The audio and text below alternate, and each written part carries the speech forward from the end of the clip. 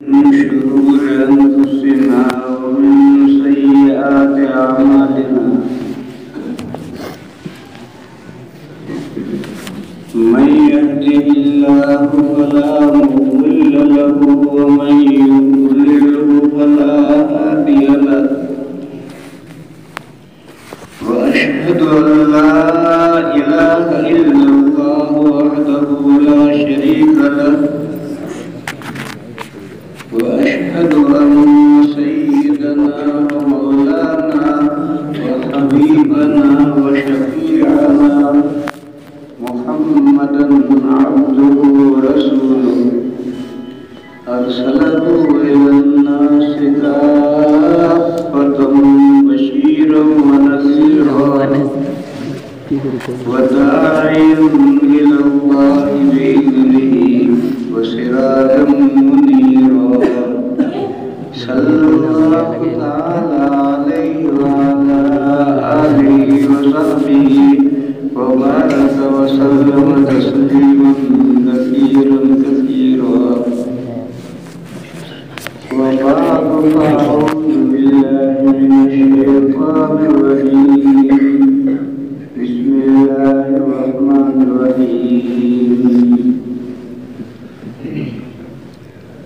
میرے صدر محترم اساتذہ کرام اور عزیز طلبہ،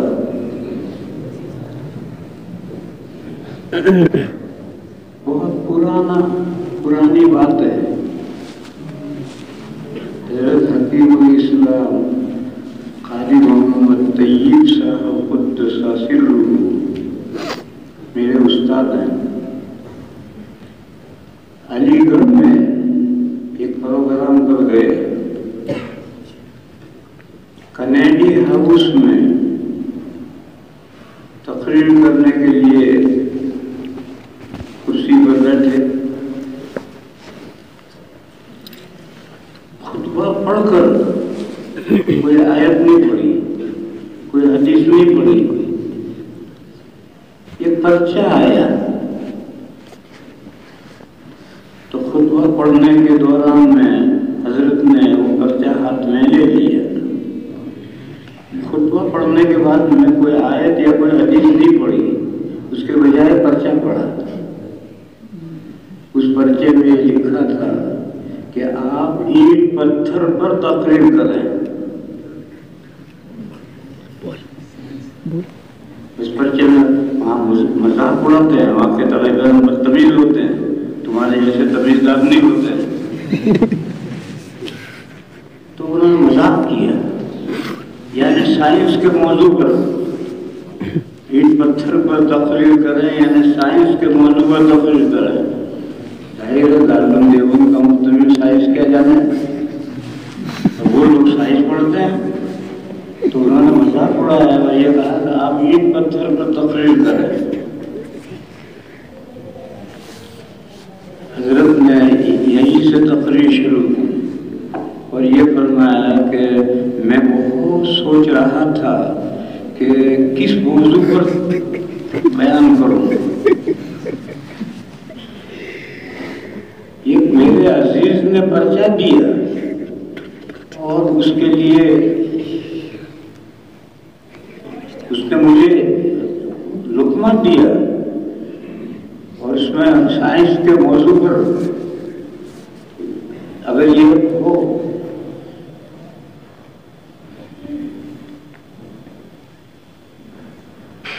پھر حضرت نے بات شروع کی کہ فلسفہ اسلام، یعنی ایک تو سائنس ہے، ایک فلسفہ اسلام ہے. حضرت نے یہ کہ اگر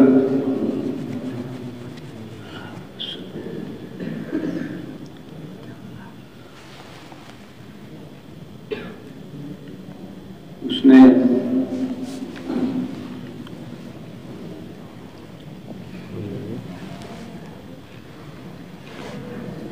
پھر حضرت نے 3.5 گھنٹے تقریر کی اور وہ فلسفہ اسلام کے نام سے چھپی ہوئی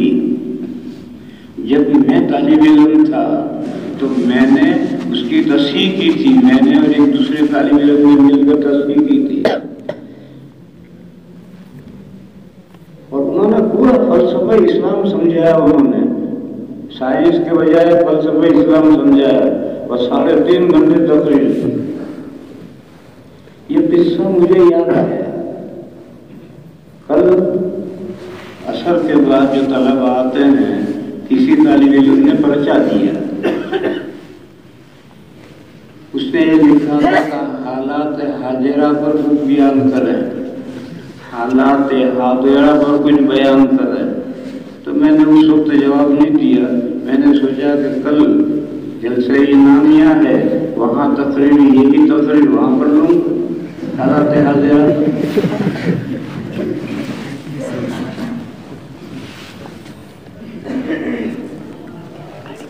بات ہم یہاں سے شروع کرتے ہیں، کہ ایک کے 3 ہوئے تو تینوں ناتمام ہوئے، ایک تھا اس کے 3 ہو گئے اور تینوں ناتمام۔ عیسائیوں کے یہاں گوڈ اللہ ایک، ان کے ہر ڈالر پر لکھا ہے we trust in God۔ پھر اللہ کی صفت علم منس عیسیٰ علیہ السلام کی شکل میں جلوہ گر ہوئی، تو جب صفت علم عیسیٰ علیہ السلام میں چلی گئی تو خدا میں علم کہاں رہا؟ پھر اللہ تعالیٰ کی روح وہ یا تو حضرت جبرائیل میں جلوہ گر ہوئی یا حضرت مریم میں جلوہ گر ہوئی،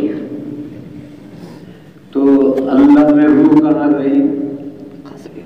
وہ نکل کر کے جبرائیل میں چلی گئی۔ جبرائیل تو آج بھی مستقل ایک شخصیت ہے، حضرت مریم ایک شخصیت ہے، تو اللہ میں روح کہاں رہی؟ اور صفت علم عیسیٰ علیہ السلام میں چلی گئی اور اس کو بیٹا بنا دیا، تو اللہ میں علم کہاں رہا؟ نہ اللہ میں روح رہی نہ اللہ میں علم رہا۔ تو ایک کے ہوئے 3 اور تینوں ہوئے ناقص۔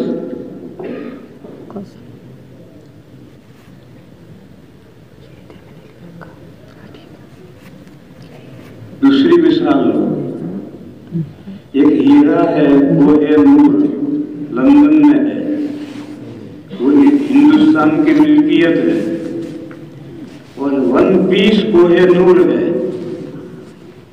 اس کی بہت قیمت ہے، اللہ جانے کتنی قیمت ہے، کہتے ہیں کہ پورے ہندوستان سے زیادہ قیمت ہے اس کی، کہتے ہیں۔ یہ ہیرا کوہ نور ہیرا 1 پیس ہیرا ہاتھ سے گر گیا، چھوٹے بڑے 3 ٹکڑے ہو گئے، تو تینوں ٹکڑوں کی قیمت لاشیں نہیں ہو جائے گی، قیمت ختم نہیں ہو جائے گی، لیکن 1 پیس کوہ نور کی جو قیمت تھی وہ قیمت نہیں رہے گی۔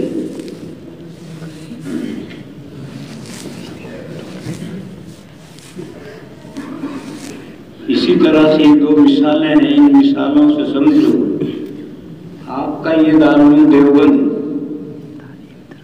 جب اکابر نے یہ قائم کیا تھا اور یہ تعلیم و تعلم کا سلسلہ شروع ہوا تھا، تو 3 چیزیں ساتھ تھی۔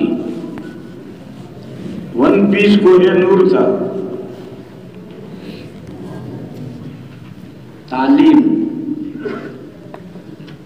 تربیت اور ارشاد، یہ 3 چیزیں ساتھ تھی۔ تعلیم دیتے تھے نبی پاک صلی اللہ علیہ وسلم پر جو اللہ نے علوم اوقانی نازل فرمائے تھے، اور جو سلسلہ بسلسلہ سینہ بسینہ چلا رہا تھا۔ ہمارے اکابر کے پاس وہ علم آیا تو انہوں نے ہم لوگوں کو علم سکھلایا۔ تو تعلیم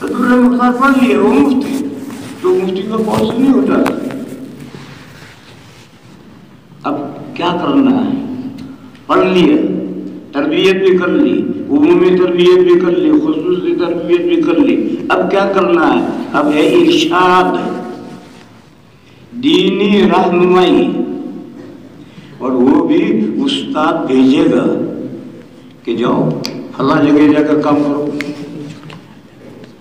ایک حضرت جی تھے شاہ جلال، پتہ نہیں کہاں کے تھے، استاد نے بھیج دیا کہ جاؤ سیلٹ میں جا کے کام کرو.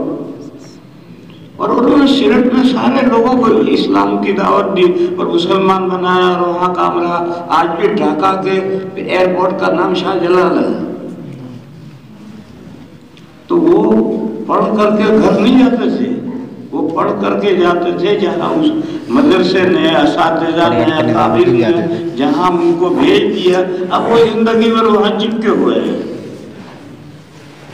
میرے حضرت مفتی محمود صاحب قدس سرہ، انہوں نے اپنا واقعہ بیان کیا تھا کہ ان کے والد ماجد کو ان کے اکابر نے بجنور میں کسی جگہ بھیج دیا تھا، وہیں پڑے رہے زندگی بھر. پھر آخر میں بوڑھے ہو گئے تو حضرت مفتی صاحب اپنے والد کو اپنے گھر لانا چاہتے تھے خدمت کے لیے. نہیں آئے تو مجھے میرے استاد نے یہاں بٹھایا ہے، یہیں رہوں گا. تو جہاں ان کو بھیج دیا وہیں. بہرحال یہ تین چیزیں ایک ساتھ تھی. پہلے تعلیم پختہ، پھر تربیت عمومی بھی اور خصوصی بھی. عام تربیت بھی کرتے تھے اور بیعت کر کے تربیت بھی کرتے تھے. اور پھر کسی جگہ پر جہاں مناسب سمجھتے وہاں بھیج دیتے تھے کہ جاؤ وہاں ارشاد، لوگوں کی دینی رہنمائی کرو.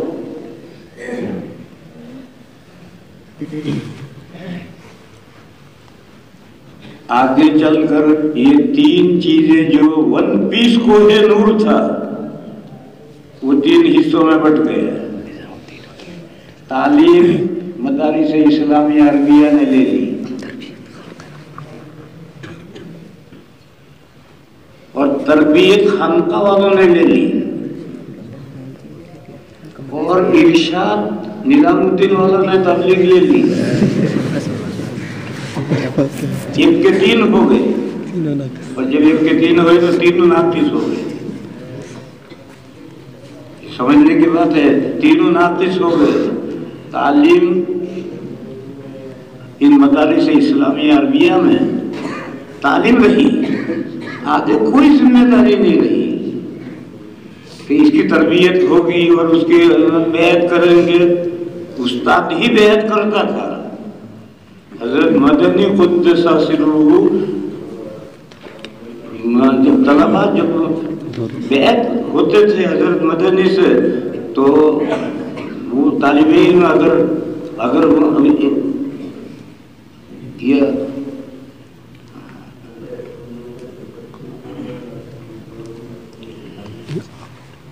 لا الہ الا اللہ لا الہ الا اللہ بسم اللہ الرحمن الرحیم اعوذ باللہ من الشیطان الرجیم بسم اللہ الرحمن الرحیم. پیچھے سے چلو. اب مدارس اسلامیہ عربیہ میں مولوی بننا رہ گئے، اس سے آگے کوئی ذمہ داری نہیں رہی. مولوی بن گئے، پھر یونیورسٹی میں جائیں گے، انگریزی پڑھیں گے، کمپیوٹر سیکھیں گے، تجارت کریں گے، یہ کریں گے وہ کریں گے. ہمارے ان طلباء کے ذہنوں کے اندر بس طرف تعلیم تعلیم تعلیم تعلیم رہ گیا اور کچھ نہیں رہا. ناقص ہو گئے نہیں ہو گئے، جو مقصد تھا وہ مقصد مت ہو گئے. اور خانقاہوں کی صورتحال یہ ہے کہ عمومی بیعت شروع ہو گئی. اپنا جتھا بڑھانے کے لیے گاؤں گاؤں پیر صاحب گھومتے ہیں اور بیعت کرتے ہیں. اور ایک تعلیم لے کر آیا ہے یا نہیں لے کر آیا کوئی ضروری نہیں. عوام بیعت ہوتے ہیں، ٹھیک ہے. علماء جو ہیں وہ تو تعلیم لے کر آئے ہیں اور وہ بیعت ہوتے ہیں تو ٹھیک ہے. لیکن اب تو بیعت عامہ شروع ہو گیا، عوام کی بیعت شروع ہو گئی. دین کا کوئی علم نہیں ہے اور بیعت ہو رہے اور بزرگ بن رہے. تو جب وہ علم نہیں ہے تو وہ کیا رہنمائی کریں گے؟ اور تبلیغ والے ان کے یہاں تو علم قسم کھانے کو بھی نہیں، اتنا بڑا جاہل، اتنا بڑا مبلغ۔ اور یہ خرابی آئی کہاں سے؟ پہلے دن سے آئی۔ میرے حضرت نے اپنی آپ بیتی میں یہ قصہ لکھا ہے کہ حضرت شیخ قدس سرہ مولانا الیاس صاحب اور چھوٹے حضرت رائے پوری دہلی سے سہارنپور چلے تو مولانا الیاس صاحب نے یہ فرمایا کہ میرٹھ میں مولانا عاشق الہی صاحب سے ملتے ہوئے جائیں گے، تو شیخ نے کہا نہیں جانا، لیکن بہرحال مولانا الیاس صاحب چچا تھے، وہ منزل باپ تھے، تو بات ماننی پڑی، تو وہ میرٹھ اترے، مولانا عاشق الہی صاحب کے یہاں مہمان ہوئے، کھانا کھایا، دوپہر کو خیر اللہ کرنے کے لیے تہ خانے میں گئے تو مولانا عاشق الہی صاحب نے مولانا الیاس صاحب سے کہا کہ حضرت آپ سے تھوڑی بات عرض کرنی۔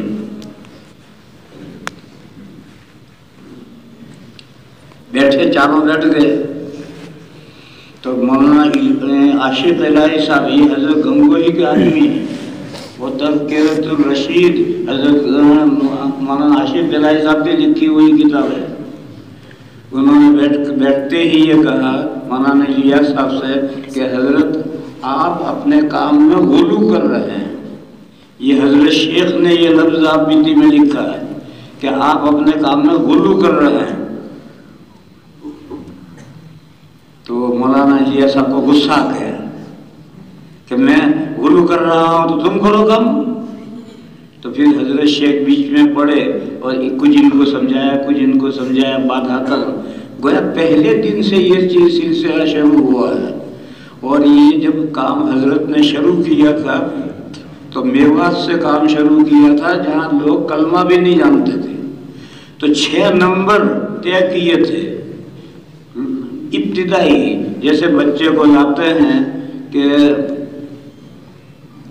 حضرت بسم اللہ کرا دیجیے، پڑھ بیٹا بسم اللہ الرحمن الرحیم الف با تا سا، 3-4 مرتبہ کہلوایا، جا یاد کر کے لگا، اب اگلے دن دوسرا سبق دیں گے۔ تو حضرت مولانا الیاس صاحب قدس سرہ نے 6 نمبر طے کیے تھے۔ اس وقت تک کے اکابر نے اعتراض کیا تھا کہ یہ سارا دن نہیں ہے، آپ نے 6 نمبر طے کیے ہیں، یہ تو سارا دن نہیں ہے۔ تو مولانا الیاس صاحب رحمۃ اللہ علیہ نے فرمایا کہ یہ میرے کام کی بسم اللہ ہے۔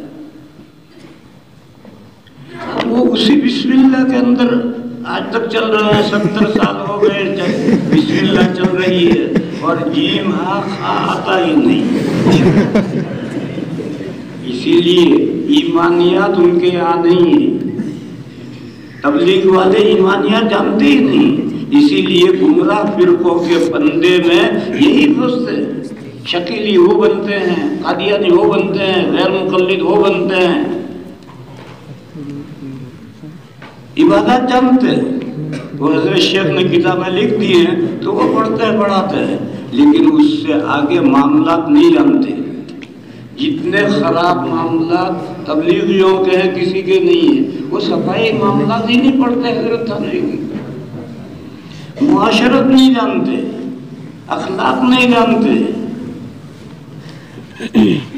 اس لیے ان کے پاس علم نہیں ہے۔ اور اب تو ایک نئی بات نکلی، پہلے تو میوات کے جو جاہل تھے کلمہ بھی نہیں جانتے تھے، ان جیسے بستی کے اندر جو مسجدوں سے دور لوگ ہیں ان لوگوں کو گھیر کر کے جماعتوں میں نکالیں اور 40 دن کے اندر دین سکھا کر لائیں، یہ کام رہا ہی نہیں ہے۔ اب تو اللہ کے نیک بندے تسبیح لے کر کے، بڑی داڑھی لے کر کے 40 دن کے لیے گھومتے ہیں بقائے دین، کہ ان کے دین باقی رہے گا۔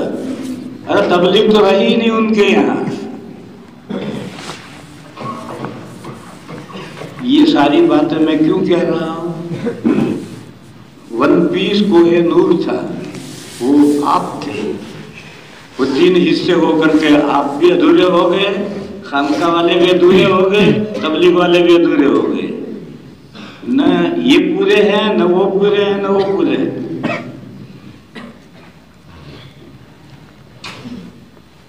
اس لیے کل ایک طالب علم نے پرچہ دیا تھا کہ اب ہم فارغ ہو کر گھر جائیں گے تو حالات حاضرہ پر ہم کیا کام کریں۔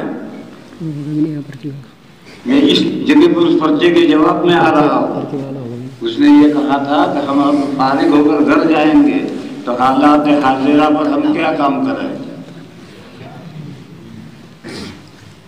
الحمدللہ تعلیم جو کچھ بھی ہے تم نے حاصل کر لی، اور کچھ نہ کچھ اساتذہ نے آپ کی تربیت بھی کی ہے، بالکل جاہل تو نہیں ہو، نماز روزے سے تو آتے ہو، لیکن اب کرنے کا کام ہے ارشاد، لوگوں کی رہنمائی کرنی ہے۔ آپ گھر جائیں گے، رہنمائی شروع کہاں سے کرو گے؟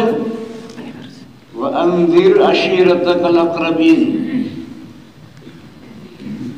آپ کی والدہ، آپ کے ابا، آپ کے بھائی، آپ کی بہنیں جو آپ کے گھر میں ہیں، جو کچھ تم پڑھ کر جا رہے ہو، گھر جا کر کے اپنے ان عشیرت الاقربین کو پہنچاؤ اور ان پر جا کر محنت کرو۔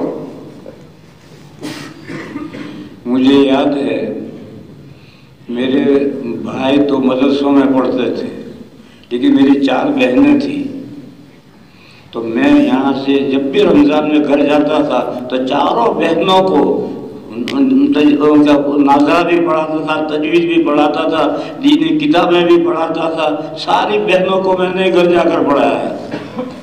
اس لیے کہ میں بالکل جنگل میں رہتا تھا، گاؤں میں بھی نہیں رہتا تھا، اور وہاں پر مکتب بھی نہیں تھا اور پڑھانے کی کوئی شکل ہی نہیں تھی، تو میں رمضان میں جا کر اپنے سے ساری 4 بہنیں تھیں، 4 بہنوں پر محنت کرتا تھا۔ آپ کیوں نہیں محنت کر سکتے؟ والدہ ناظرہ پڑھی ہوئی نہیں ہے، دین پڑھی ہوئی نہیں ہے، پڑھاؤ۔ بہنیں بھائی پڑھے ہوئے نہیں، پڑھاؤ۔ بیوی آئی جاہل، اس کو ناظرہ پڑھاؤ۔ میرے یہاں میری بیوی آئی تو وہ ناظرہ وازرہ تو پڑھی ہوئی تھی، لیکن حفظ تو میں نے پڑھا کرایا ہے۔ تو ارشاد میں پہلا نمبر یہ ہے۔ دوسرا نمبر ہے آپ کا محلہ اور آپ کا چھوٹا گاؤں۔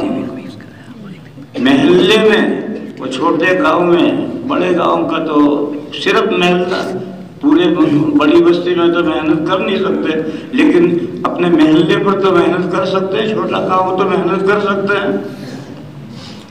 اس گاؤں میں، محلے میں جو بندہ نوجوان مسجد سے دور رہے، اس کے پیچھے پڑھو، دل کا ذہن بناؤ، بھی تو مسلمان ہے، اللہ کے یہاں جانا ہے، یہ ہے وہ ہے، اس کو اور آہستہ آہستہ کر کے اس کو مسجد کے قریب لاؤ، اور قریب لا کر نہیں اسے سکھلاؤ کہ دیکھو نماز میں اتنے فرض ہیں، دیکھو ثنا یہ ہے، ثنا یاد کراؤ، سورتیں یاد کراؤ، تحیات یاد کراؤ، درود شریف یاد کراؤ، دعا یاد کراؤ۔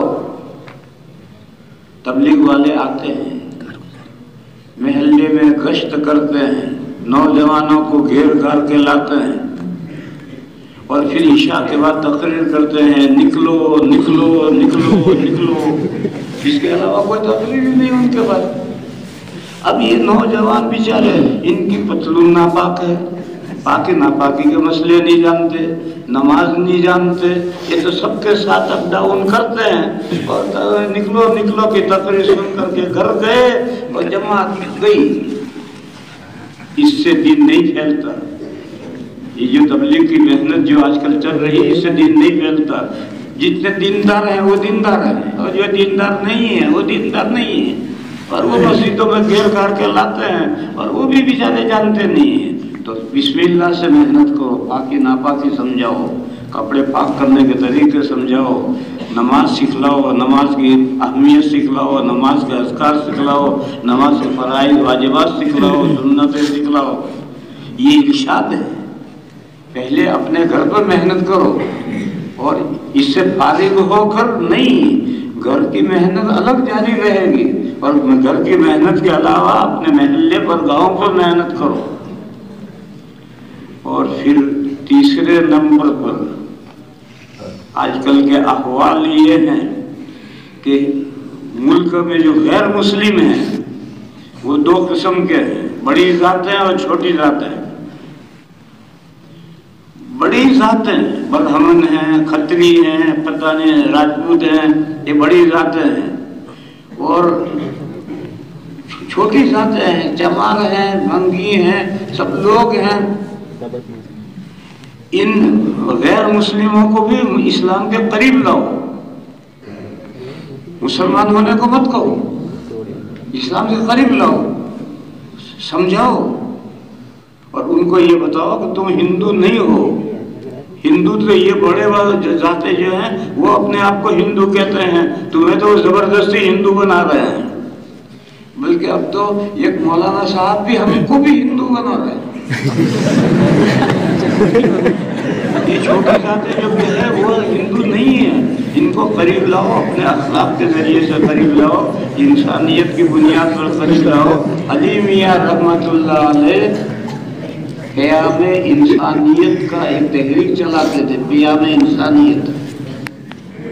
تو قیام انسانیت کے راستے سے لوگوں کو قریب لاؤ، اور پھر اللہ تعالیٰ کسی بندے کو اسلام کی دولت سے نواز دے تو پھر اس ہندو جو نو مسلم ہے اس کو مسلمانوں کو سپرد کرو، اور مسلمانوں سے کہو کہ انہیں پالو، ان کو اپنی فیملی کا جز بناؤ، اپنا اس کو لڑکی چاہیے تو لڑکی دو، اس کی لڑکی ہے تو اپنے لڑکے سے لو اور اپناؤ۔ دور اول میں جو اسلام پھیلا تھا تو جو نیا مسلمان ہوتا تھا وہ مسلمان ہو کر کے مسلمان بنانے والے کے خاندان کا جز ہوتا تھا، اس کا سرنیم اس کو ملتا تھا، ولا کے طور پر اس کی اٹک اس کی سرنیم ملتا تھا۔ آج جو اسلام پھیل نہیں رہا ہے تو اس کی وجہ یہ ہے کہ کوئی آسرا سہارا دینے والا نہیں ہے، وہ مسلمان ہو کر اپنے خاندان سے تو کٹ گیا، اور ان کو تم قریب لاؤ اور اپنے خاندان میں جوڑ لو، تو ان کو سر پہ تم نے ہاتھ رکھ دیا۔ تو یہ تیسرا کام کرنا ارشاد۔ تبلیغ والوں نے دعوت و ارشاد، دعوت و تبلیغ ہوتی ہے اللہ کے مسلمان بندے جو دین نہیں جانتے ان کو دین پہنچانا۔ یا ایھا النبی بلغ ما انزل الیک، اور دعوت ہے ادعو الی سبیل ربک بالحکمہ، غیروں کو اسلام کی طرف دعوت دو۔ تو دونوں لفظ تبلیغ والوں نے کہا دعوت و تبلیغ، دعوت و تبلیغ، اور دعوت تو کام کرتے نہیں، اور ہمارے مدرسوں کے فضلاء بھی دعوت کا کام نہیں کرتے، تبلیغ والے بھی دعوت کا کام نہیں کرتے، خانقاہ والے بھی دعوت کا کام نہیں کرتے۔ تو گھر جا کر کے آج کے جو حالات ہیں اس حالات میں دیکھو، پرانے زمانے میں جب انگریز یہاں حکومت کرتے تھے اس وقت ہم نے جنگ آزادی لڑی تھی، وہ زمانہ گیا، اب اس طرح سے جنگ آزادی نہیں لڑ سکتے۔ اس وقت انگریزی فتویٰ دیا کہ انگریزی سیکھنا حرام ہے، آج یہ فتویٰ تھوڑے دے سکتے ہیں۔ ہم نے فتویٰ دیا کہ بدیسی مال جو ہے اس کا استعمال مت کرو۔ اب بدیسی مال کہاں ہے؟ اب تو ملک کا کھادی بنڈار ہے۔ اور اسی طریقے پر فوج میں ملازمت مت کرو، آج فتویٰ تھوڑے دیں گے۔ تو وہ جو جنگ آزادی ہم نے لڑی تھی وہ ایک وقت تھا، اب وہ وقت گیا ہے، اب جنگ آزادی اور طرح سے لڑو۔ کیسے لڑنی ہے؟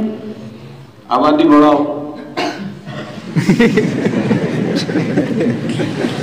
تم یہ سمجھتے کہ رات میں یہ میرے بھیا تھے میرے بھیا نہیں، یہ نہیں کہہ رہا میں، یہ روڑکی رہا تمہارا، روڑکی۔ میں شروع میں یہ مدرس ہو کر آیا تو روڑکی میں قومی فساد ہو گیا تھا، ہندو مسلم جھگڑا ہوا تھا، مسلمان تھوڑے ہیں ہندو بہت ہیں، تو جو وہاں مولانا صاحب ایک مدرسہ بھی ہے، تو مولانا صاحب رات میں سہارنپور گئے اور 5000 ٹوپیاں لے کر آئے اور رات میں تمام گھروں میں تقسیم کر دی اور یہ کہا کہ صبح ہر آدمی ٹوپی پہن کر نکلے۔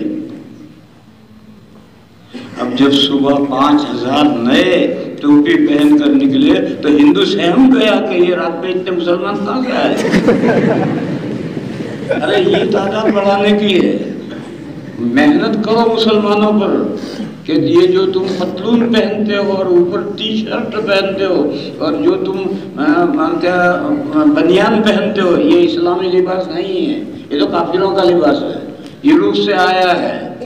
اسلامی لباس پر پتلون پہننی تو پہنو، لیکن کرتا گھٹنے تک پہن کر مسجد میں آؤ اور پوری زندگی رہو، سر پہ ٹوپی اوڑھو، داڑھی رکھو، یوں تعداد بڑھے گی مسلمانوں کی۔ ہندوؤں کو اللہ کے فضل سے اگر وہ اسلام میں آتے ہیں تو وہ بھی تعداد بڑھے گی، لیکن تعداد بڑھانی یہاں سے ہے۔ دیکھو میں مثال دوں، ایک بس میں 3 سردار جی بیٹھے ہیں پگڑی باندھ کر، اس بس کے اندر کسی سکھ لڑکی کو کوئی چھیڑ نہیں سکتا، وہ شیر کی طرح بیٹھے ہیں، اور اسی بس کے اندر 10 مسلمان بیٹھے ہیں اور مسلمان لڑکی کو چھیڑتے ہیں، کیوں؟ وہ پہچانا ہی نہیں جاتا کہ مسلمان ہیں، 10 مسلمان ہیں پھر بھی چھیڑتا ہے۔ ٹرین میں 20 آدمی مسلمان ہیں اور ایک نوجوان طالب علم ہے، اس کو ہندو مارتے ہیں، اب وہ مسلمان 20 آدمی مسلمان ہیں،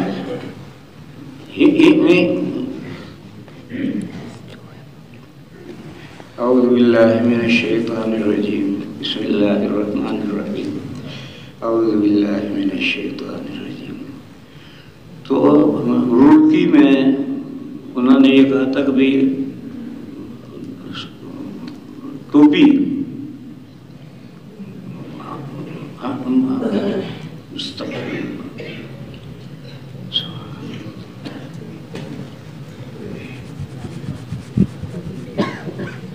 اعوذ باللہ من الشیطان الرجیم، اعوذ باللہ من الشیطان الرجیم، اعوذ باللہ من الشیطان الرجیم۔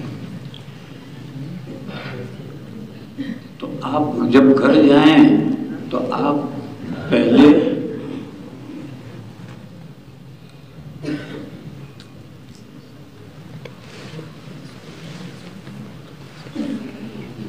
اللہ تعالی ہدایت دینے والے ہیں، محنت آپ کو کرنی، یہ ارشاد کے راستے ہیں، اس کو سمجھو۔ تم تو عقل مند ہو، عقل مندوں کے لیے اشارہ کافی ہے، اپنے پہلے تو اپنے گھر پر محنت کرو، ماں پر، باپ پر، بھائیوں پر، بہنوں پر، اشیر انذر عشیرتک الاقربین، پھر محلے پر، بستی پر محنت کرو، پھر اس کے بعد میں چھوٹی ذاتیں جو ہندوؤں کی ہیں ان کو اسلام سے قریب کرو، بلاؤ، چائے پلاؤ، باتیں کرو ادھر ادھر کی، اور ڈائریکٹ اسلام کے لیے مت کہو کہ مسلمان ہو، یہ مت کہو، اور اس طریقے سے اپنے اخلاق کے ذریعے سے قریب لاؤ۔ اب زمانہ ایسا آ گیا ہے کہ اب ہماری ٹکر ہے، جو بڑی ہندوؤں کی بڑی ذاتیں ہیں وہ کچھ چاہتی ہیں، ہم کچھ دوسرا چاہتے ہیں، اور حقیقت میں اللہ جو چاہیں گے وہ ہوگا، نہ بڑی ذاتوں کے چاہنے سے کچھ ہوگا، نہ چھوٹی ذاتوں کے چاہنے سے کچھ ہوگا۔ اس لیے میرے عزیزو، آپ نے یہ جو پڑھا ہے، آپ پیچھے لوٹ رہے ہیں۔ اکابر کے زمانے میں جو 1 پیس کوہ نور تھا، جس میں 3 چیزیں تھی، اپنے آپ کو پہلے پختہ تعلیم حاصل کرو، اور پختہ تعلیم حاصل کر کے اپنی عمومی تربیت بھی کرو اور خصوصی تربیت بھی کرو، اور پھر ارشاد اور دعوت لوگوں تک دین پہنچاؤ۔ چھٹیوں میں گھر جا کر آپ کو یہ کام کرنا ہے۔ وآخر دعوانا